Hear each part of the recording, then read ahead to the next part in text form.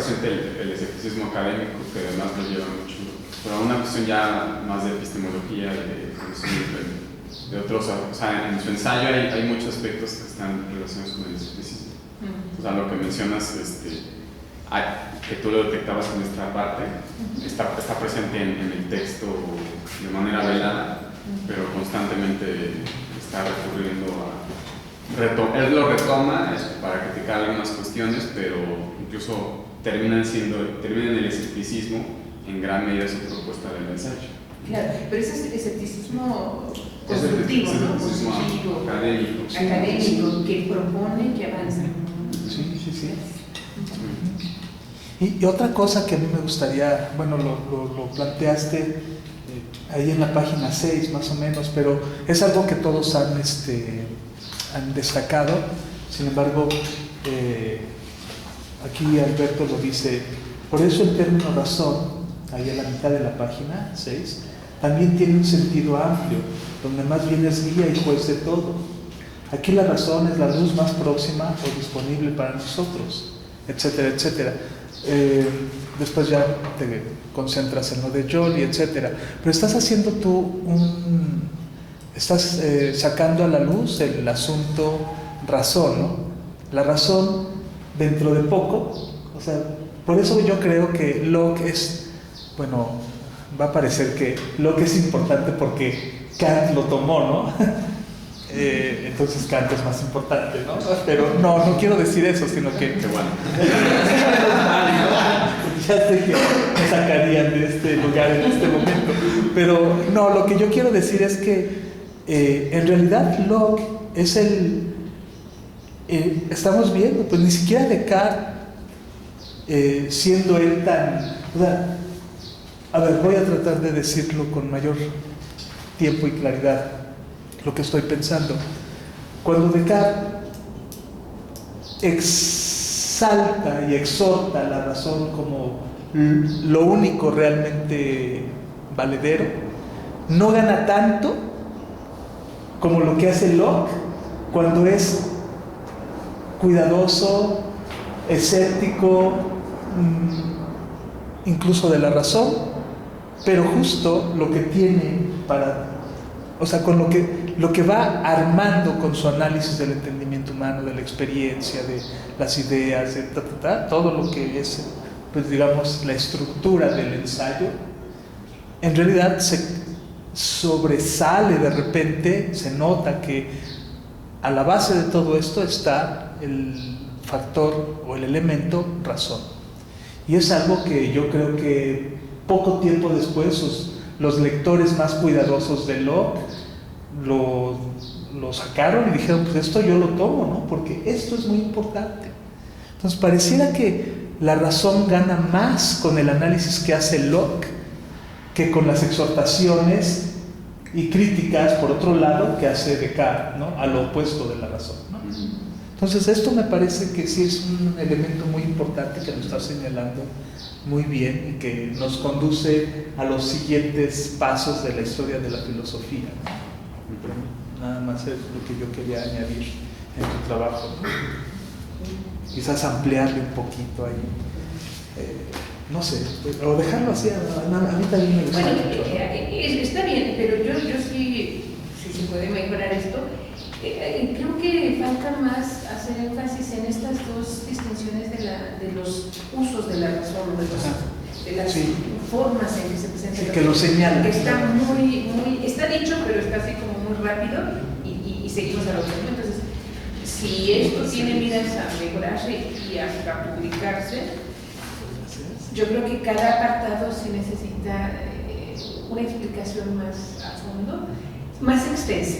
Está muy claro, pero necesita una explicación más extensa cada uno de los apartados. Porque bueno, no necesariamente cae esto en manos de especialistas siempre, ¿no? Entonces, para explicar de manera más detallada y más minuciosa las cosas y que se tenga una clara comprensión, creo que se requiere un poquito más de explicación. Muy bien. Bueno, ¿alguna otra cosa que ustedes quieran señalar? Qué penoso.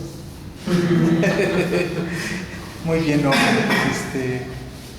Pues muchas gracias.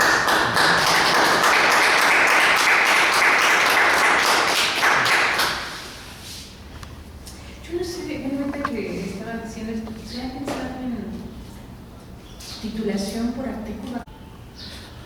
Bueno, pues el tiempo está pasando y hemos llegado a la parte final de este foro.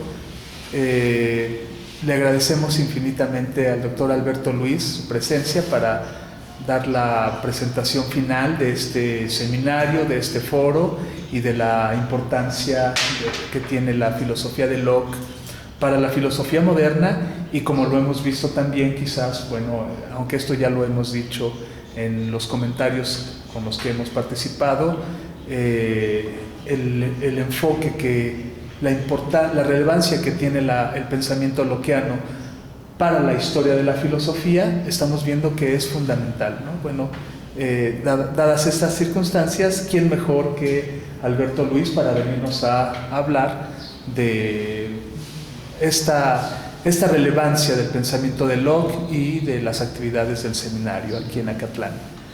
Bueno, adelante, Alberto, bienvenido. Gracias. En realidad nada más la finalidad aquí es clausurar este foro y justamente hablando sobre Locke y sobre la importancia de su pensamiento, pero antes de ello, pues el proyecto de hacer un seminario de investigación surge en la cabeza de Luis Antonio, ¿no? Y después de su cabeza brotó, ¿no? Me refiero, surge la idea y después nos comentó a otros compañeros que sería algo importante que aquí en Acatlán se fortaleciera el área de filosofía moderna, que bueno, no sé muy bien cómo estaba anteriormente, pero siempre fortalecer cualquier área siempre es positivo. Y de allí, platicando, justamente pensamos en un autor como Locke, que no está presente propiamente en los programas de estudio, en cuanto no está presente como un seminario, ¿no? Está obviamente presente en Moderna 1, 2 y 3, pero como no siempre se le da la importancia que se le debe de dar, justamente por ser este parteaguas con el mundo antiguo, el mundo moderno, y ha sido un autor que la historiografía lo ha olvidado un poco, como muchos otros. Creímos que era importante hacer este primer año sobre la filosofía de Locke, y me parece que ha sido sumamente gratificante, entre otras cosas, porque ya no solo ha sido todo estudiante de licenciatura en filosofía conoce el apellido Locke, ¿no? De ahí a que lo haya leído es otra cosa, y de ahí a que le haya dedicado más de un par de clases es otra cosa todavía, no más. Y justamente pensamos en este autor porque yo menciono mucho en diferentes clases que los anglosajones tienen algunas virtudes y defectos, como la tradición hispana tiene virtudes y defectos. Una de sus virtudes es que ellos recuperan a muchos filósofos que nosotros vamos olvidando, ¿no? Y que en ocasiones no sabemos ni quiénes son. Locke no es el caso no ha llegado al grado de que esté prácticamente desaparecido, pero es un autor que se estudia muy poco en el habla hispana, mucho menos de lo que creeríamos, ¿no? Pensamos que porque haya 2 libros, bueno, pero 2 libros, dadas las producciones actuales, es ser un autor prácticamente desconocido. En habla hispana estamos hablando de que Carmen Silva va a ser el primer libro de Locke, probablemente los últimos 50 años, o yo no sé si sean 2 o 3 en toda la historia desde que existe la filosofía de habla hispana, ¿no? Lo que significa que no hay prácticamente producción sobre este autor. Entonces dedicarse a él es importante, no solamente porque esté olvidado, que eso además eso no es importante en sí mismo, sino porque es un filósofo, me parece fundamental dentro de la modernidad anglosajona, pero que repercute en la continental, ¿no? Para utilizar esos términos, continental y no continental, pero que es un autor que va a brevar del mundo, digamos, de la filosofía francesa. Gassendi y Descartes son pilares en su pensamiento. De hecho, Descartes lo conoce cuando él está exiliado en Francia, y después esa filosofía francesa la va a aplicar en el mundo anglosajón con su influencia de Robert Boyle y otros muchos amigos, Sydenham en la medicina, y a su vez toda su producción después va a regresar, digamos, a Francia, Alemania u otros países. De manera que, digamos, siempre hay que pensar, o al menos es como yo pienso siempre la filosofía, como siempre está entrelazada. No comparto mucho esta idea de si hubiera una frontera intelectual invisible entre una isla y la no isla, ¿no? No, eso no existe. Y lo podemos ver en las cartas, de manera que entonces estudiar a estos filósofos nos permite, entre otras cosas, no solo conocer esos enlaces que a ustedes les ha ido permitiendo acercarse a la obra, sino además darse cuenta que la filosofía no está constituida por genios que salen esporádicamente y que los conocemos a través de las historias de la filosofía, sino que es como generalmente nos lo han enseñado, o incluso a mí me tocó que así me enseñaran. Sale un genio que es Platón, y luego otro genio que es Aristóteles, y luego otro genio que es Descartes, y luego otro genio que es Kant, y ahora nos preguntamos dónde está nuestro futuro genio. Y los demás son como pequeños obreros, ¿no?, de la filosofía, que en realidad no son tan importantes. Y no es así. Las ideas siempre, para que hubiese un Kant, tuvo que haber un Locke, entre otros, por supuesto, no es el único, pero es un pilar importante para la influencia de un pensador fundamental como es Kant, y así sucesivamente. Tuvo que haber un Descartes para que llegase un Locke, etc. Por eso, digamos, pensamos que este primer año era importante acercarse a Locke, después vendrán otros autores, y que ustedes pudieran ahondar más en este pensador conocido de nombre, pero no tan estudiado. No quiero extenderme realmente más un par de minutos más, pero me parece importante en este libro, ya saben que el libro primero de Locke está enfocado a la crítica al innatismo. La crítica al innatismo tiene muchas consecuencias, y lo interesante es ver, justamente comparto con este intérprete, con este Nicolás justamente que hay que ver el libro como un todo, y que las partes de esos 4 libros están bien engarzados, ¿no? Y hay que empezar con lo primero y con la base, ¿no?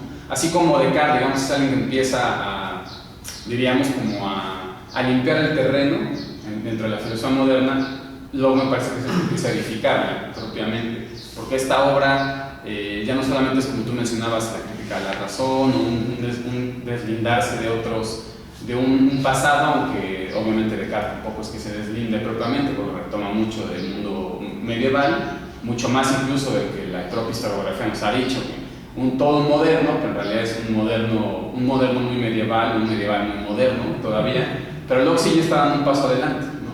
Y ese paso adelante es justamente ese libro enorme, porque entre otras cosas va a ser un pilar para la psicología, se va a servir de la misma, pero también se va a servir de elementos como la etnografía, por ejemplo, cosa que ya no estaba tan presente en muchos otros filósofos. Algún detalle, pero Locke no va a ser de detalles de ahora vamos a remitirnos a este otro pueblo o a este otro pueblo, sino está constantemente presente, que la diversidad, digamos, en el mundo moderno que él conoce, es algo que nos va a ayudar a incrementar nuestro conocimiento y establecer los límites del propio entendimiento, a diferencia de otros, ¿no? Entonces ya no solo es un estudio epistemológico duro sobre lo que yo creo que es la razón y ahí me limito, o lo que yo creo que es el entendimiento, sino se va ampliando, a diferencia de otros autores, a decir, bueno, yo creo que eso es el entendimiento, pero si lo vamos a contrastar con otros lugares, con otras formas de ver el mundo, que es lo que él está haciendo constantemente con esa reiteración de ejemplos, nos vamos a dar cuenta que mi forma de limitar el propio entendimiento, si no la amplío a esos otros lugares o a esos otros pueblos, se queda demasiado limitado, y entonces no tiene ya el valor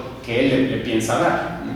Por eso, digamos, fue tan influyente en autores posteriores. Si uno revisa muchos ilustrados franceses, Voltaire, Rousseau, Condillac, Lametrie o muchos otros, todos conocían bien a Locke y se centraron en diferentes obras, pero lo conocían bien porque justamente fue un autor que permite acercarse a decir, bueno, si bien aquí yo hablo del entendimiento, pero tengo en cuenta a los pueblos de América, por poner el caso, ¿no? Que otros ni les importa, pero él sí lo toma en cuenta, y tengo en cuenta las prácticas de esos pueblos americanos, o pueblos asiáticos o japoneses, que él va citando en todo ese texto.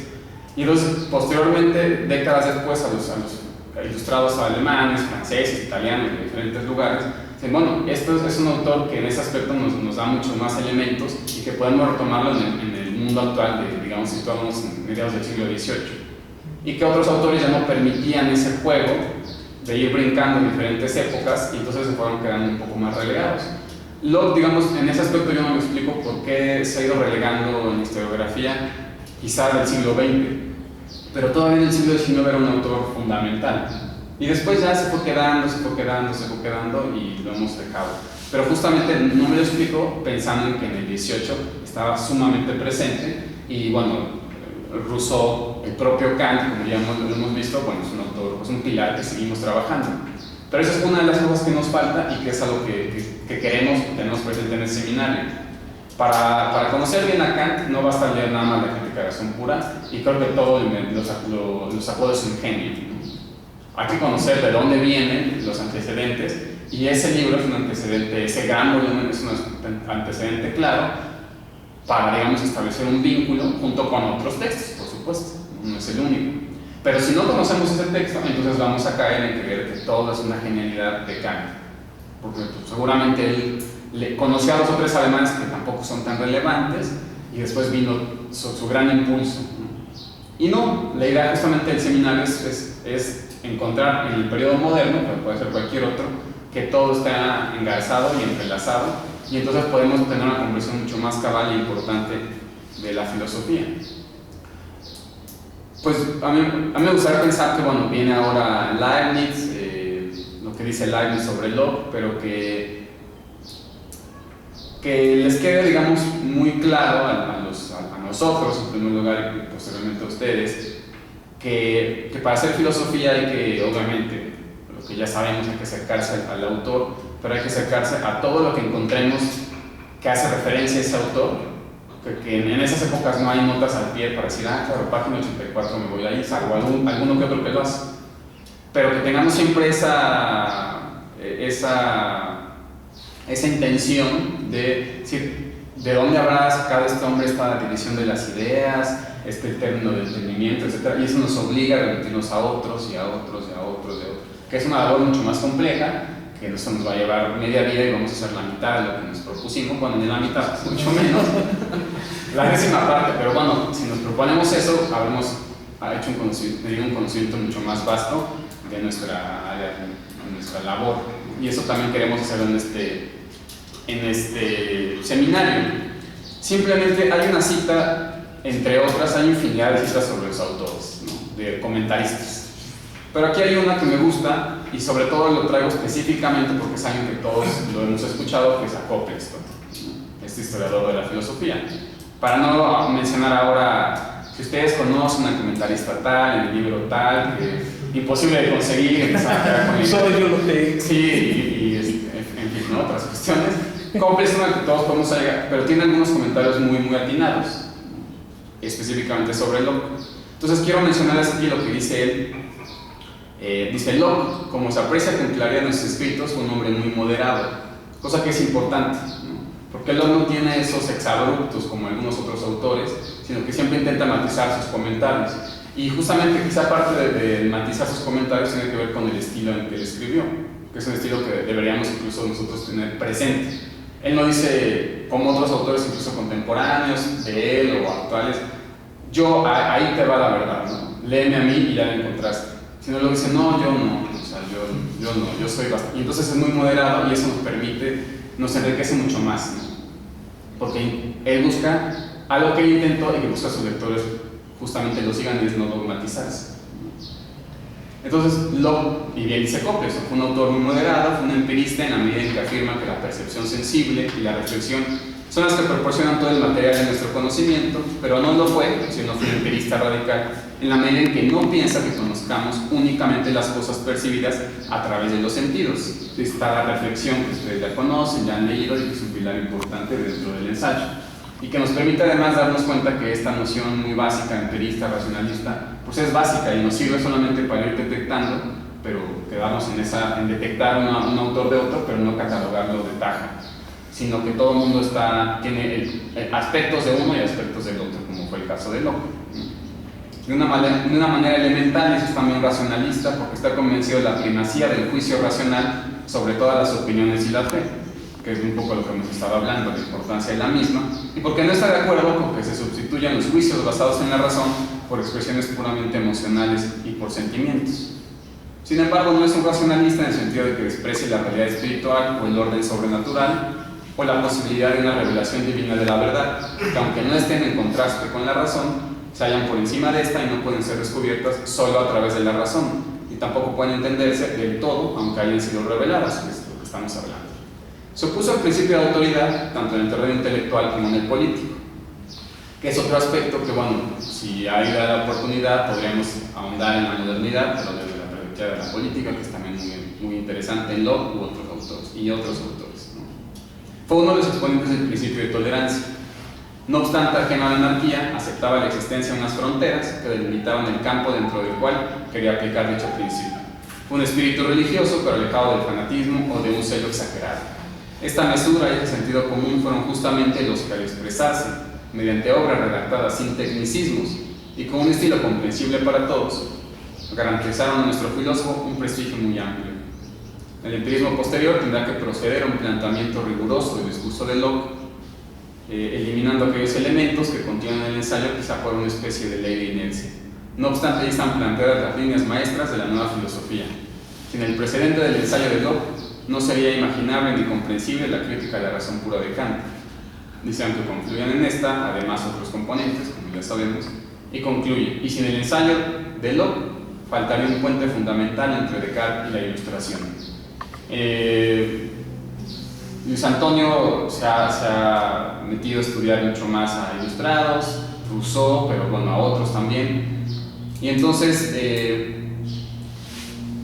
pues debe de, simplemente para terminar, hay que entender a Locke como un autor fundamental, que tiene muchas otras obras, como lo que aquí estas últimas dos ponencias a mí me interesan porque nos muestran que si queremos ahondar en los autores, no podemos solamente quedarnos en esta obra, de ningún otro. Y Locke tiene, aparte de esta de la racionalidad del cristianismo, tiene muchas notas y paráfrasis sobre las epístolas de Pablo a los Corintios, Efesios, Romanos, etc. Y es otro volumen importante que está en el volumen 7, por ejemplo, las obras completas, dedicado estrictamente a temas religiosos. Pero aparte están los que sí conocemos, que los temas políticos, y están sus pensamientos pedagógicos, que fueron muy revolucionarios en ese ámbito. Entonces, es un autor prolijo, como muchos otros. Aquí nos dedicamos a una obra, pero siempre hay algunos comentarios que nos permiten engarzarlo con otros. Ojalá que también se les genere el interés por acercarse a esas otras obras de este autor, que nos permiten conocer mejor ese libro. No quedarnos en este libro, sino a leer los otros, decir, ahora entiendo mejor el ensayo, que solamente de esa manera podemos comprenderlo de manera más cabal. Y bueno, finalmente agradecerles que hayan estado durante este tiempo, que llevamos un año y medio, ¿no? Año y